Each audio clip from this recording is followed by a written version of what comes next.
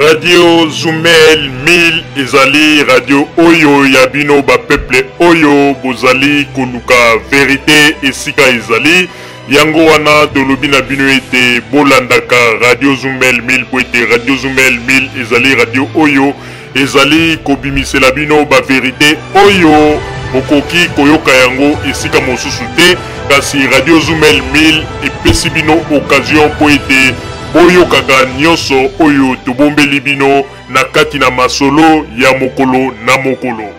Ndeko mobali pe ndeko mwasi ebongi na bino koyokaka tango nyonso Radio Zumel 1000 pwede ezali radio oyo ezali kolongola bato kobanga pe kopesa ba information oyo ezali penza kati na bosolo yango wana ndeko koluka mosika te tala Radio Zumel 1000 ezali pene na yo yokaka Radio Zumel 1000 pwete ezali lokola vitamine B oyo ezali kokota na kati na nzoto na bino pe kopesa bino santé. Radio Zumel 1000 Radio ya vérité.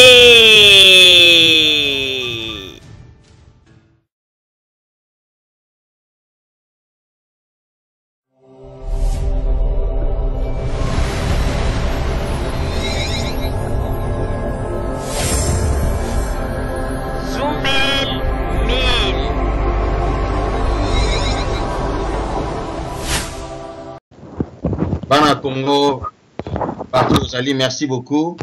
Merci à trop, Nakanisi, Mutuna Mutu, Ako, se rappeler toujours, Namungo Oyo, Ngainde Konabino, Congo Dieto, Mwana Congo Diantotila, donc diaspora congolaise, Congolais Nyon, c'est ce qu'a Bozali, et dans la Nouvelle-Zélande, Australie, Europe, Amérique, Afrique, et Nakati, la République démocratique du Congo, et plus précisément, Bandeko Oyo Bazali, Nakati, Est à Congo, donc, merci à trop Nenge Bozali branché na kati ya Radio Zumel radio oyo chaque fois ezolinga ko la bonne information ya ko utaka pena na kati ya source ya makambo et puis kolinga ko lobela bino vérité ndeka to bisaka bino na Radio Zumel to lingi ko lobela makambo ya mboka mais tout en respectant moi ba valeur oyo zena kati ya démocratie c'est-à-dire awa tolérance ezali donc ba opinion ya baninga il faut kolinga ko respecter yango nde mutu eza kozanga beaucoup plus biso ba congolais surtout na kati ya diaspora intolérance ezali makasi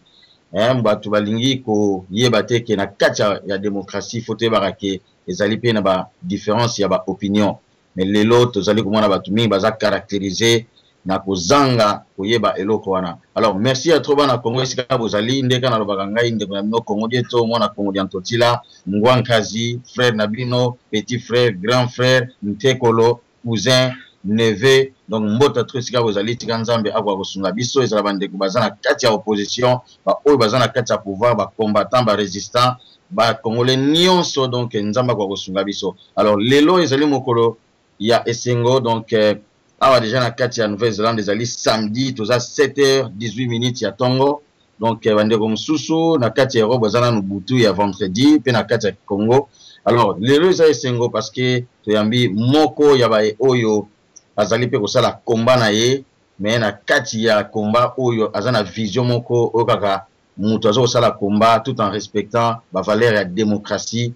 Donc ezali esengo pona biso na kati ya Radio Zumel ya koyamba ndeko Richard Lumumba lelo tozana kati ya tozana Richard Lumumba oyo bozali kolanda en direct à partir ya Radio Zumel. Donc ndeko Richard Lumumba to kosolola na ye akoyebisa biso akoyebisa ba congolais nyonso pe tokoyoka ye kele ces messages oyo ye lingi amemela ba congolais diaspora pe batu nyonso à travers la Radio Zumel. Alors Richard Lumumba vous allez se recevoir yo mbota tro ndenge lelo au PC opportunité à vous participer à Katia Radio Zumel. Alors Richard Lumumba, comment vous allez?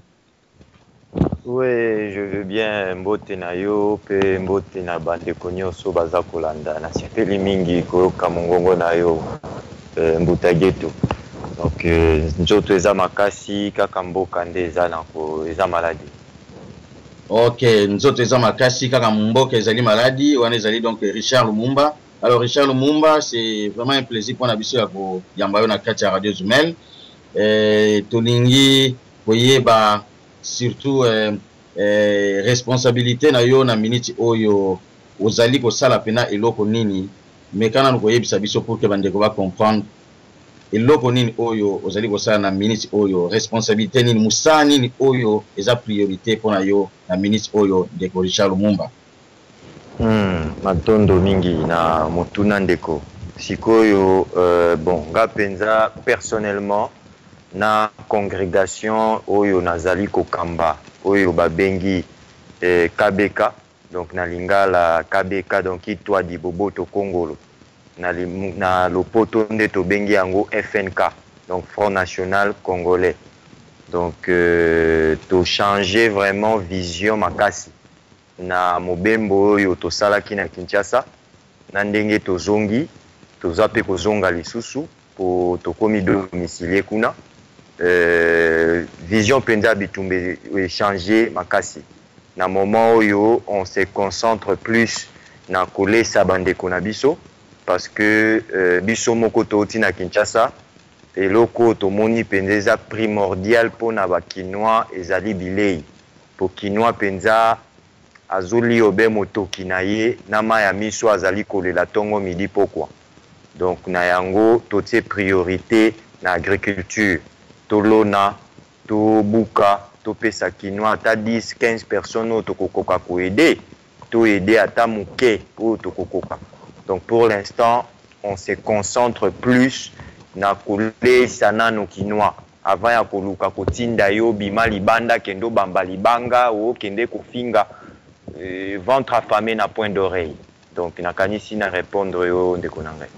OK, merci ndeko Richard Lumumba mais sikoyo na kati ya organisation ozali kokamba Kintwadi na tango ozali koloba ke na ministre vision ya combat ezali changer et que à partir ya sikoyo bomoni et que c'est vraiment un peu la priorité c'est de pouvoir assister les Congolais oyo moni ba ndenge balobaka ventre affamé c'est-à-dire population eza na passe ya kolia pe réalité wana nde bino bomoni ke botia yango priorité. Alors na ina yeba ndeko Richard Lumumba na kati ya organisation na yo nanu mekana koyesa biso muke ozali nani osala ozali c'est-à-dire ozali na titre nini na kati ya organisation na yo et puis c'est une organisation ezali ASBL association sans but lucratif ONG moko boye ou alors ezali ezokota na ba caractéristiques oyo eza relative na parti politique tokoki ko placer bino na esika nini.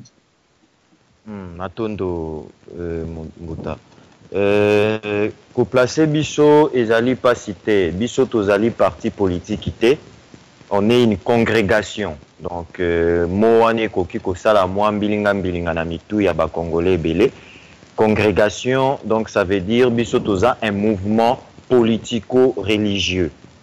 Donc on prône les retours à l'ordre ancestral. Donc beaucoup qu'on a biso. Non que tout la tabarafia ou tout banabasi bakomako. Non. Donc on prend ce qui était ancien. Na oyo ya lelo to sangisi yango poto créer vision ya sika. Parce que ndenge balobi si vous voulez construire l'avenir avec des organisations d'hier, vous récolterez les problèmes d'aujourd'hui. Donc biso tolingi kozonga na bao Égypte non, Égypte leka. Tolingi kozonga na makambu ya bao pharaon oui, c'était des grands mais baleka. Mundele a domina bango. Donc okoki kozongele loko ba domina to zwa yango kende kaka kobundisa mundele.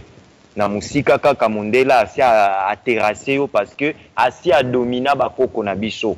Si lelo toza na boumbu, likolo mundela comprenaki comment ya ko dominer force o wana bakoko bazalaki nango.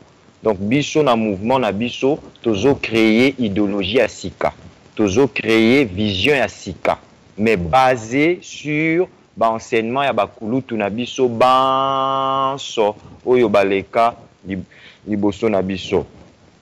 Pona koyeba niveau na ngai na kati ya Lingomba, ben je suis le président. Naza le président universel. Il y a Kinitwadi, donc Ingainde Naza Kokamba, et si je suis l'idéologue. Donc l'idéologue, Nenge Balobi na Lingala, Moto Ape Sakanzela. Donc Oyo Ngai niveau Nanga Yangoana. Mais Tozana Batebele na kati ya Lingomba, O Toza Kokamba, Moto na Moto Azali na département na ye, Oyo Azali ko gérer. neti culture, sport, agriculture, économie. Donc, poto lobate keza gouvernement. Wana tokokota na buzo ndenge bandeko ebele balingi komipesa combo, grade et tout ça. C'est pas un gouvernement, mais on fonctionne comme un tout petit gouvernement minuscule. Donc, tozo travaille na ndenge na biso, tozali ASBLT. Toza ASBLT, mais ASBL les appelle na kati ya Kintwadi. Parce que Kintwadi to bengi Front Boboto National Congolo Congo. Donc, na kati wana toza na ba association, toza na ba entreprise, toza na ba médecin, ba ingénieur, ba makambo belé o pe toti ko installer na Kinshasa poto pesa oyo tozwa wana poto tokoka kozongisa pe to pesa pe bandeko na biso na Kinshasa ba profiter na yango. Attendenge ke gouvernement ya azosala na oya ye makambo mbilinga toyebi motuna makolote yena mindele ba yebika ko bango bazosala. Donc biso mouvement na biso to boyi ko sundola peuple congolais.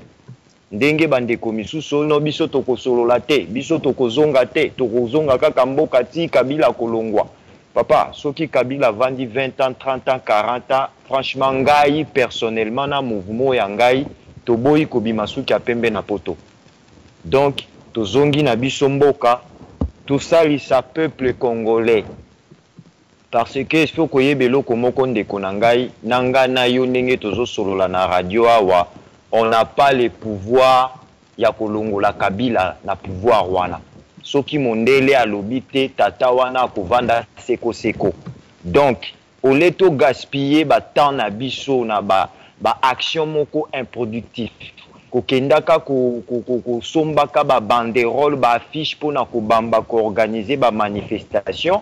Donc on s'est dit vaut mieux ba moyen wano ya muketo zanango totiango na projet moko ya makasi et kokata ko sunga une petite partie ole ya ko bebisa kambongo wana na ba manifestation tous les samedis et puis résultat exact. Donc pour na répondre yo yango wana je suis le président universel ya Kintwadi Boboto Congolo et je suis l'idéologue o yazali kopesa vision moko boye pour to sala musala na ndenge lobo elongo bani matondo. Ok, merci beaucoup Richard Lumumba avec toutes ces précisions. Mais lorsque vous dites que mouvement ya oyozali kokamba ezali politico et religieux. Alors directement, on va poser aux questions, quelle différence faites-vous entre votre mouvement et les Bundu dia Congo, il y a Nemwanda Ntemi? Parce que nous savons qu'avec beaucoup de problèmes, les cas dans le mouvement, on a jusqu'à ce que le gouvernement avait pris la décision, il y a que suspendre Bundu dia Congo parce que un mouvement est à la politico-religieux en même temps et BDK a été suspendu. Et c'est bon, puis il faut changer de statut na bango. Alors, yo nalandi lobby bozali politico-religieux.